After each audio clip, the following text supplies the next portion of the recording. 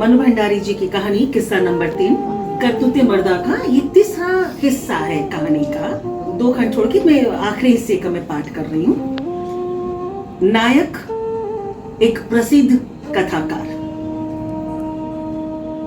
उस समय के कथाकारों में आम प्रचलन था, नहीं प्रचलन नहीं, बकौल उनके जिंदगी की अनिवार्यता थी कि एक अदद बीवी के साथ एक प्रेमिका भी रही। एक प्रेमिका तो स्थायी, बाकी अपनी अपनी औकात और हैसियत के हिसाब से, यानी वो सब जानी मानी माया। नायक बड़ी निष्ठा, लगन और ईमानदारी से अपनी बिरादरी की परंपरा का अक्षरशः पालन कर रहा था।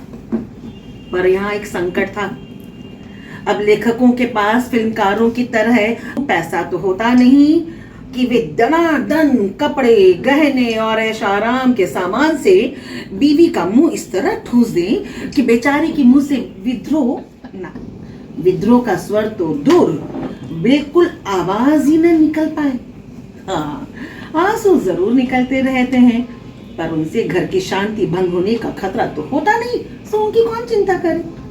पर अब लेखकों की बीवियों के खाली मुंह से तो केवल विरोध का स्वर ही नहीं, बकायदा विरोध का बिगुल भी बजता ही रहता, जिससे घर की शांति तो भंग होती ही, परिवार परिचितों के बीच भी, जिनके लिए लेखन की कोई औकात नहीं, तो लेखक की क्या औकात होती, उसे जब तक कटघरे में खड़ा होना पड़ता। अब इन सबको खुश करने के चक्कर में वह अपने लेखन की तो ऐसी की तैसी कर नहीं सकता, सो उनको तो रखना ठेंगे पर। पत्नी का क्या हो? वैसे इसके संगी साथियों में पत्नी छोड़ने का कीर्तिमान स्थापित करने वाले पराक्रमी भी थे, तो पत्नी की आहत भावनाओं की धेले भर चिंता के बिना खम ठोक कर ऐलान करने वाले सुरमा भी। भाई इसमें कोई शक नहीं कि बहुत औरतों के साथ सोया हूं मैं तो। पर इसका संकट था कि इससे न तो पत्नी छोड़ते बनती थी और न पत्नी से अपने इधर उधर के संबंधों की स्वीकृति मिलती थी।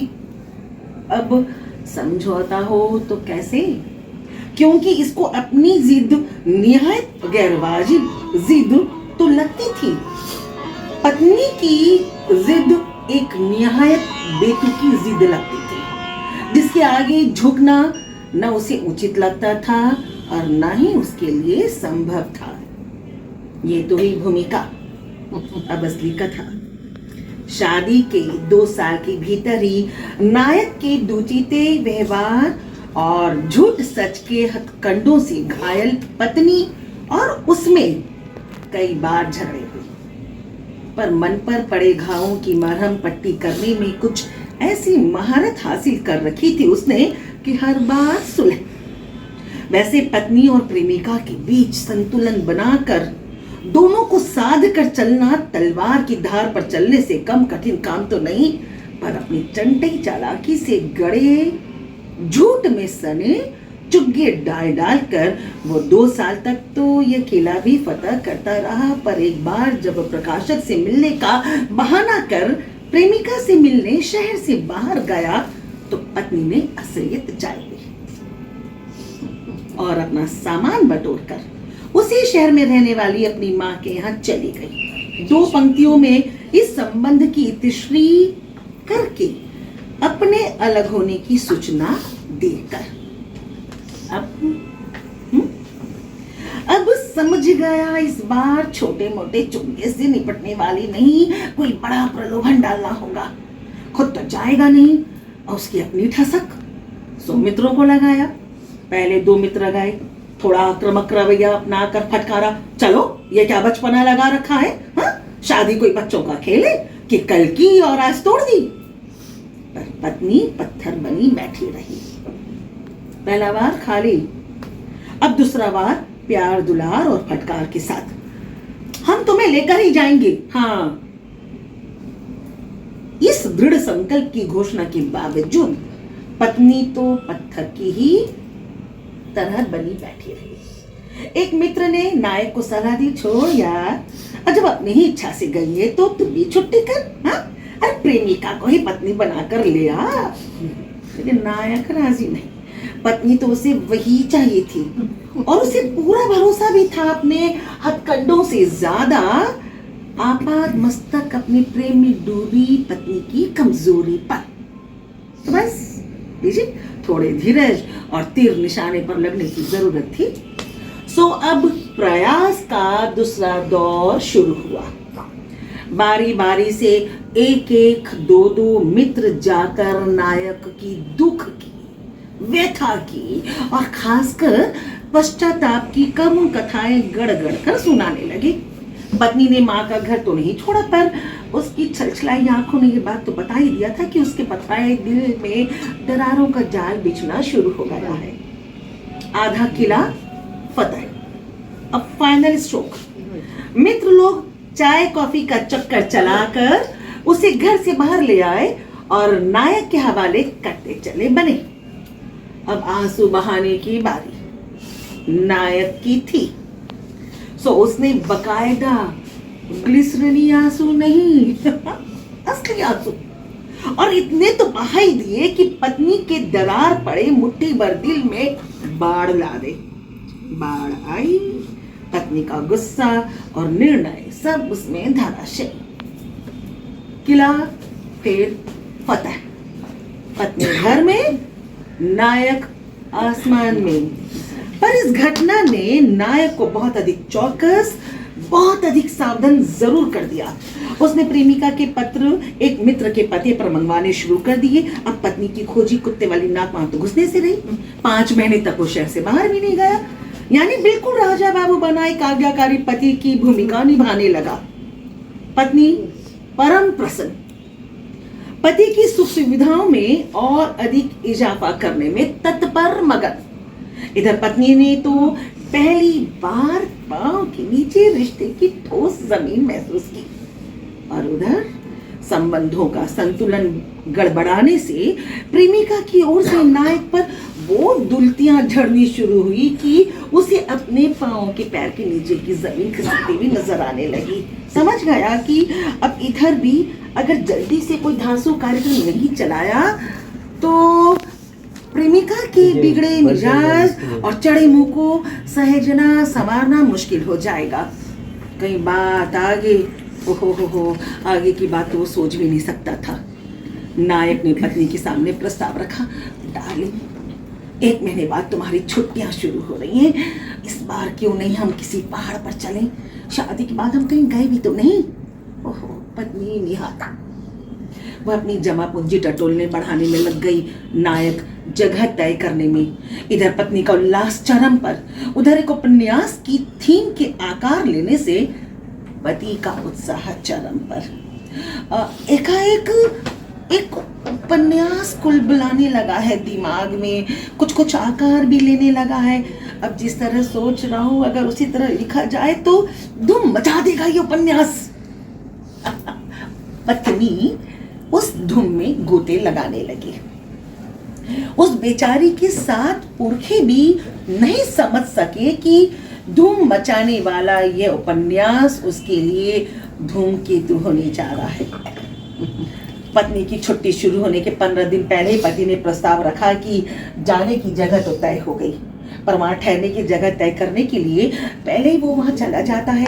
अपनी औकात का कोई होटल देखेगा, नहीं जमा तो कोई और जगह देखेगा। लाड़ लपेट कर पत्नी की आपत्ति को खारिज कर, देखो डार्लिंग, वहां ले जाकर मैं तुमको तिल भर भी कष्ट नहीं दे सकता। 1 आध दिन जगह नहीं मिलती तो मेरा क्या, मैं तो मैदान में भी रात गुजार लूंगा, पर तुमको नो नो नो नो। लाड़ में पत्नी फिसल गई और नायक चलता बना। 5 दिन बाद पहला पत्र मिला, प्राण संबोधन के साथ कमरा मिलने की सूचना। दूसरे पत्र में उसकी प्रतीक्षा में छटपटाते मन की व्यथा। तीसरे पत्र में सूचना, कमरे में एक बढ़िया राइटिंग टेबल भी है, इस पर बैठकर ही तो तुम्हें पत्र लिखता हूँ। बढ़िया टेबल पर बैठकर लिखने का सुख ही कुछ और है। लौट कर किराए की उस खटारा टेबल को निकाल कर एक बढ़िया टेबल खरीदेंगे इस बार। अगला पत्र, जानती हो, अचानक उपन्यास शुरू हो गया। यहाँ अकेले बैठे बैठे दिमाग में तो वही चलता रहा सारे समय, और बस एकदम अब क्या बताऊं तुम्हें, शब्दों में ही उल्लास थिरक रहा था। पत्नी के रवाना होने के ठीक 2 दिन पहले एक लंबा पत्र, सुनिए, अब खूब सोच सोच कर ढेर सारे दुलार प्यार में पिरोकर लिखा गया एक शब्द है। लंबी भूमिका के बाद मन के उस द्वंद को उजागर करने में अपनी लेखक की चातुरी का सारा कौशल झाड़ दिया कि कैसे जहां एक और उसके यहाँ आने की प्रतीक्षा उसे पगलाए दे रही है, वहीं उसका लेखन अंकुश लगा लगा कर उसे रोक रहा है। अभी नहीं, पहले उपन्यास पूरा कर लो। शुरू किया वो उपन्यास एक बार जो हाथी निकल गया तो फिर कभी नहीं लिखा जाएगा, कभी नहीं। अब तुम ही बताओ मैं क्या करूं। पहले बिल्कुल अकेले में एकांत में लिखना मुझे मेरी आदत लगती थी, मैं अच्छी तरह जानता हूँ। आज मुझे ये मेरा दुर्भाग्य लग रहा है जो मुझे तुमसे दूर कर रहा है। अब मैं अच्छी तरह जानता हूँ मेरे लेखन को जिंदा रखने के लिए तुम तो सहर्ष अपना मन मार लोगी, पर मैं अपने को कैसे माफ करूंगा। इसमें भी तुम्हें ही मेरी मदद करनी होगी। जानता हूँ तुम मुझे कमजोर नहीं पड़ने दोगी, तुम ही तो मेरी शक्ति हो, तुम। हर 4-5 पंक्तियों के बीच तक या कलाम की तरह प्राण डार्लिंग चिपकाकर पूरे 4 पेज का खर्रा बड़ी होशियारी से पत्नी की सारी कमजोर नसों की घेराबंदी करता हुआ। पत्नी पस्त, विजय नायक अलमस्त। पूरे 1 महीने बाद उपन्यास लिखकर नहीं वरन उपन्यास जीकर नायक लौटा तो स्वागत के लिए पत्नी स्टेशन पर हाजिर। छक्कर उपन्यास जीने की परम तृप्ति का भाव उसके चेहरे पर चमक बनकर छलक रहा था। टैक्सी में बैठे पत्नी ने पूछा, उपन्यास पूरा कर लिया ना? तुम्हारा चेहरा ही बता रहा है। हाँ, फर्स्ट ड्राफ्ट तो पूरा कर लिया, फाइनल ड्राफ्ट तो अब यहाँ बैठकर करना होगा ना। खूब अच्छा बन रहा है ना, तुम्हारे मन लायक? हाँ, अभी तो खुश हूँ, आगे देखो पता नहीं तुम्हें कैसा लगेगा। तुमने लिखा तो अच्छा ही होगा, और अच्छा होगा तो मुझे अच्छा ही लगेगा। नायक के लौट आने की खुशी में डूबी पत्नी अपनी ही रो में बोलती चली जा रही थी। देखो क्या मिलता है। असमंजस में डूबा नायक कुछ अटक कर जवाब दे रहा है, पर पत्नी का ध्यान तो गया ही नहीं इस पर। अपने कमरे में घुसते ही नायक के पैर जहां के तहां ठिठक गए। आपके भी पांव ठिठक जाएंगे, कान ठिठक जाएंगे। क्यों? सामने ही एक बेहद खूबसूरत सी राइटिंग टेबल, उस पर टेबल लैंप और कैलेंडर के साथ जमी। पसंद आई? मैंने खुद डिजाइन बनाकर दिया था। अवाक सब पत्नी का मुंह ही दिखता रह गया। पहाड़ पर जाने के लिए जो पैसे जमा किए थे वो तो खर्च हुए ही नहीं, उससे टेबल बनवा दी। अच्छे टेबल के बिना तुम्हें लिखने में दिक्कत होती थी ना। अपने उपन्यास का फाइनल ड्राफ्ट तुम इसी पर बैठकर लिखना। एक पता नहीं क्या हुआ, नायक के पैर डगमगाने लगे। ऐसे कई झटकों को झेल जाने वाली उसकी मजबूत कद काठी शायद पहली बार इस तरह से लड़खड़ाई कि वह धम से कुर्सी पर बैठ गया। नायक की भीतर की सारी उथल पुथल से बेखबर पत्नी को लगा कि जैसे वो बैठकर मेज को देखा है। खाने की मेज पर उसकी पसंद का सारा खाना जमा हुआ था, और पत्नी थी कि खाने के साथ साथ ढेर सारे प्रश्न भी परोसे जा रही थी। जगह कैसी थी? लिखने के बाद क्या करते थे? मेरी याद कितनी बार आती थी? साथ घूमने के लिए तो जरूर तुमने कोई छोकरी वोकरी पटा ली होगी। एकाएक उसका ध्यान गया कि वही बोले जा रही है। पति तो जब से आया चुप्पे साधे बैठा है, तो खिंचकर बोली, तुम इतने चुपचाप क्यों हो? क्या हो गया है तुम्हें? नायक सावधान हुआ और आदत के अनुसार बड़ा माकूल सा जवाब दिया, देखो इस समय मेरे दिमाग में उपन्यास घुसा हुआ है। जब तक ये पूरा नहीं हो जाता, मन ही मन में कहा, परे नहीं हो जाता। तुम्हें मेरी चुप्पी, मेरा ये व्यवहार बर्दाश्त करना होगा। ओह, मैं तो बिल्कुल भूल गई। अब तो मैं बिल्कुल डिस्टर्ब नहीं करूंगी। पत्नी के दिमाग में संदेह का कीड़ा घुसे बिना ही बात संभल गई। रात के साथ सोने की रस्म अदायगी के बाद पत्नी तो सो गई, पर नायक का मन जोड़ घटा गुणा भाग में अटक गया। वो ये क्या कर आया? वो कसमे वादे प्यार वफा के सारे बटखरे प्रेमिका की झोली में डालकर उसे अपनी अर्धांगिनी बनाकर इसका सुपड़ा पूरी तरह सापुड़ करने की योजना कैसे बना डाली उसने। ओ भेजा खराब हो गया था उसका, पर नहीं, उसको 1 महीने तक अपने साथ अपनी शर्तों पर बनाए रखने के लिए तो जरूरी भी हो गया था ना ये सब, वरना भरपूर आनंद देने पाने के लिए क्या वो इस तरह बिछ जाती। नहीं, शादी करने के पहले दिन से ही ब्याह करो जी की जो 8 पहरी झक लगा रखी थी इसने, उसके जवाब में ब्याह करो जी का 16 पहरी आश्वासन भी तो जरूरी था उसके लिए, सो बांध दिया गार्ड से। पर अभी सब जवानी जमा खर्ची तो है, किया धरा तो कुछ नहीं, सो इस जवानी खर्च को तो वो बड़ी सिफत के साथ दूसरी दिशा में मोड़ देगा। और हाँ, इस बार थोड़ी सी तिकड़म ज्यादा लगानी पड़ेगी, और इस चक्कर में सिगरेट फूंकते फूंकते रात के 2 बज गए। वो उठा और पत्नी द्वारा उपहार में दी गई उस खूबसूरत सी टेबल का श्री गणेश करने के लिए प्रेमिका को पत्र लिखने बैठ गया। मन में टंगे हुए 3-4 पेटेंट संबंधों में से एक को चिपकाया और चालू हो गया। रात के 2 बजे हैं, पर मेरी आंखों में नींद नहीं। तुम्हारे साथ गुजारी रंगीन रातों के बाद अब तुम्हारे बिना सोया जा सकता है क्या? तुम्हारे साथ बिताया एक एक क्षण, वियोग की छटपटाहट छलकाती हुई शब्दावली में उसके साथ बिताए 1 महीने के क्रियाकलापों को एक पन्ने में फिर दोहरा दिया उसने। मात्र 1 पन्ने में फिर चालू। और तुम्हारी मधुभरी आंखें, तुम्हारे रसीले होंठ, तुम्हारे कभी पढ़ा सारा नक्शिक वर्णन झाड़ दिया जमकर। अपनी विरह व्यथा की धांसू गाथा जब काफी हो गई थी तो धीरे से उसने एक संशय रखा। तुम्हारे उतरने के बाद अगले स्टेशन पर मेरी बगल वाली सीट पर जो आकर बैठे थे ना, वो एक वकील थे। पत्नी की तरफ से तलाक का कोई केस लड़कर आ रहे थे और बड़े जोश में थे। कैसी कैसी कानूनी पेचीदगियों से उन्होंने पति के छक्के छोड़ा दिए।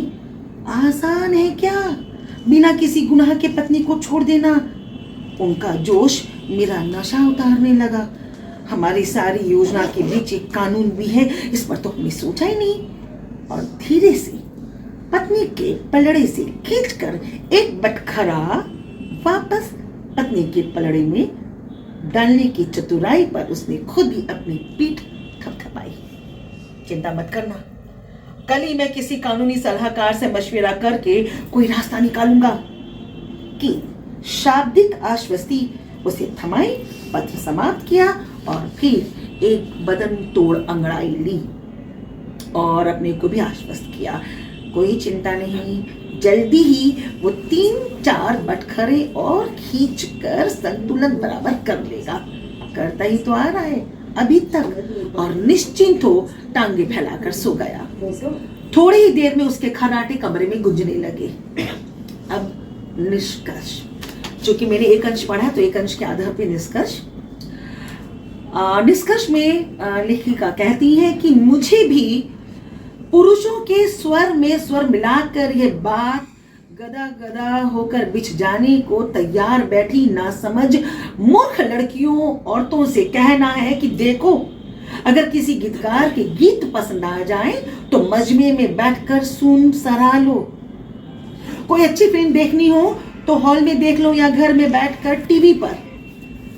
कोई कहानी, कविता, उपन्यास, पत्रिका, किताब पे पढ़कर प्रसन्न हो लो। बस इसके आगे कभी मत बढ़ना।